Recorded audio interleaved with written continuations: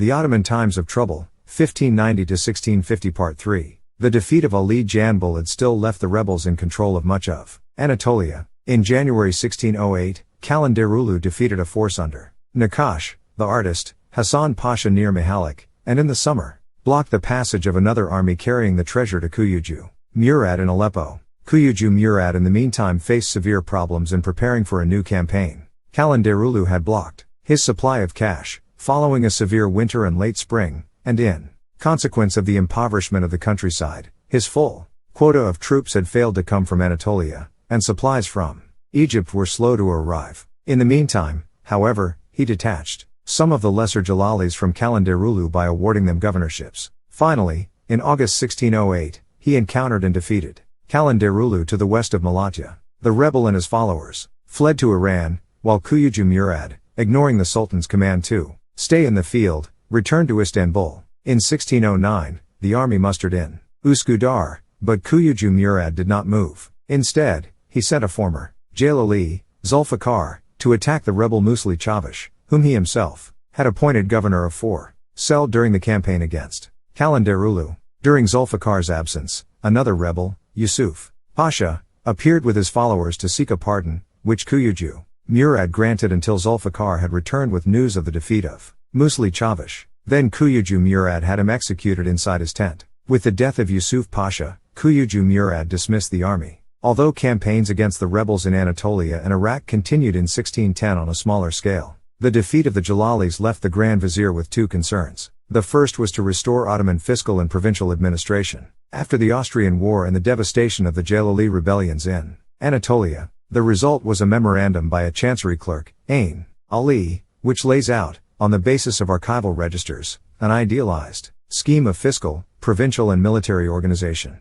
The Sultan, for his part, wished for a more visible monument to the victory over the rebels, and ordered the construction in Istanbul of the mosque that bears his name, the Sultan Ahmed Mosque or Blue Mosque in Apas. In reality, however, rural life and the rural population of Anatolia were slow to recover. Fiscal surveys from over 30 years after the campaigns of Kuyuju Murad Pasha show that the population had still not recovered to its 16th century level. Kuyuju Murad's second concern was to renew the war with Iran. His campaign, however, was inconclusive. In 1611, he died in Diyarbakir, and in the following year, Nasser Pasha, his successor as Grand Vizier, concluded a peace with Shah Abbas. This lasted only 4 years. In 1615, on the pretext that the annual tribute of silk due from the Shah had not arrived, the Grand Vizier, Okuz, the Ox, Mehmed Pasha, renewed the war and unsuccessfully laid siege to Erivan. In the west, meanwhile, there was a peace, the only engagements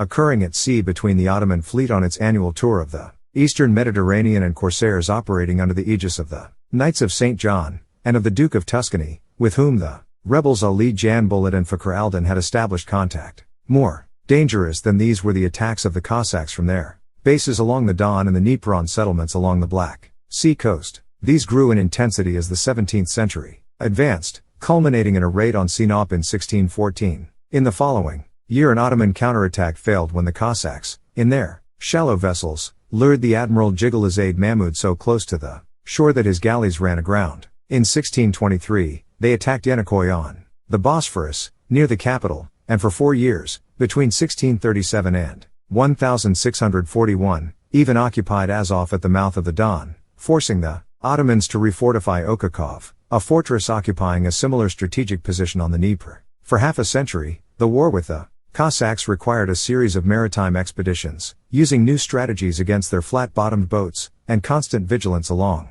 the coasts of the Black Sea. These encounters with the Cossacks were the major Ottoman naval engagements until 1645. The conclusion of the Austrian War and the defeat of the Jalalis did not end the Ottoman times of trouble in Apas. In 1617, Ahmed I died, precipitating a crisis within the dynasty. Since Ahmed's sons were not yet adults, a faction within the palace secured the succession of his brother, Mustafa I, 1617-18, 1622-3. This prince, however, was mentally disturbed and, during the absence of the Grand Vizier on an unsuccessful campaign to recapture Tabriz, the faction that had opposed Mustafa's succession secured his dethronement and replacement in 1618 by Ahmed I's eldest son, Osman. The first year of Osman's reign saw the conclusion of a peace with Iran, which confirmed the frontier in Georgia and made some slight adjustments, in Shah Abbas's favor, to the Ottoman Safavid border. In Iraq, by contrast, there was a major crisis in relations with Poland. 57 Cossack raids from Polish territory on the coasts of the Ottoman Empire and Tatar raids into Poland had led to tension between the two powers. Moldavia, too, provided a haven for the Cossacks, and it was events here that led to war. When Caspar Gratiani succeeded as voivoda of Moldavia, he intercepted letters from the King of Transylvania, Betlen Gabor, and revealed them to the Polish king, Sigismund. When the Sultan replied by deposing Gratiani, the voivoda rebelled and took refuge in Poland. The Ottoman response was decisive. In August 1620, the Governor-General of Okakov, Iskender Pasha, assembled his forces and, in September, routed the combined armies of Poland and Moldavia at Iaz. A second Polish defeat followed. King Sigismund, by this time, wished for peace, but the Sultan, despite opposition from the Janissaries, determined to continue the war, and did not allow the Polish envoy to enter Istanbul. In May 1621, he left the capital at the head of an army and, at the end of August, reached Chatan on the Dniester. By early October, all assaults on the fortress had failed and, despite Osman's determination to stay in the field throughout the winter, mutiny in his army forced him to accept the terms that King Sigismund was proposing. In early November, the army left Chatan, with nothing achieved. Osman's next decision was to cost him his life. His ambition, it seems, was to restore the empire to its former glory by reforming its institutions and reversing the humiliations which Shah Abbas had inflicted. An element in his plan was to abolish the Janissary corps. This, at least, is what the Janissaries believed. When, in 1622, he crossed the Bosphorus on the excuse of leaving for the pilgrimage, they rebelled, in the belief that his intention was to collect an army in Syria and use it for their annihilation. Under pressure from the Janissaries, Osman returned to the palace, but refused to order the execution of the 6 men whom they accused of leading him astray. His refusal provoked the Janissaries to a rebellion which ended in his execution and the reaccession of Mustafa. The murder of one sultan and the enthronement of another who was mentally incapable ensured that political stability did not return. The Janissaries themselves, in order to expiate their guilt, demanded the execution of Davud Pasha, the Grand Vizier who, in his brief term of office, had condoned the murder of the Sultan. He and the Aga of the Janissaries lost their lives, but this unleashed a competition for the Vizierate between the Georgian, Mehmed Pasha, and the Albanian, Mir, come here, Hussein Pasha. The provinces, too, experienced unrest. In eastern Anatolia, claiming that he was avenging Osman's blood, the Governor-General of Erzurum, Mehmed Pasha the Abkhaz,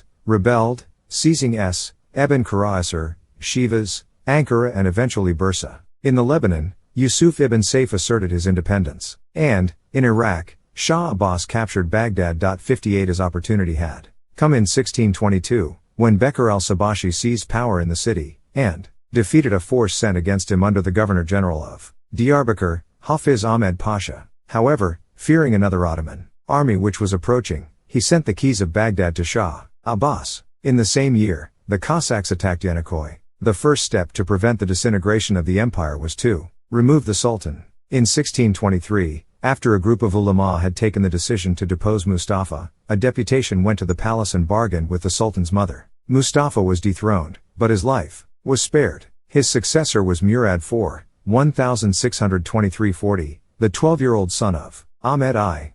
He, or rather his mother, Kosum Sultan, who was effectively ruler of the empire during her son's minority, inherited political turbulence, the revolt of Mehmed Pasha the Abkhaz and the war with Iran, the loyalty of the Janissaries and the other salaried troops. He purchased with an accession bonus, at great cost to the inner and outer treasuries. At the same time, he at once ensured that the Grand Vizier was his own nominee by executing Kemenkesh Ali Pasha, ostensibly for his delay in reporting to the palace the loss of Baghdad. In 1624, Ali's successor as Grand Vizier, Mehmed Pasha the Circassian, left Istanbul with orders to defeat the rebel governor of Erzurum, and then to proceed to Baghdad. Mehmed Pasha the Abkhaz suffered a defeat near Kayseri and withdrew to Erzurum, while a separate Ottoman force won a victory over Iranian troops, mustering at Kirkuk. Both Erzurum and Baghdad, however, remained in enemy hands.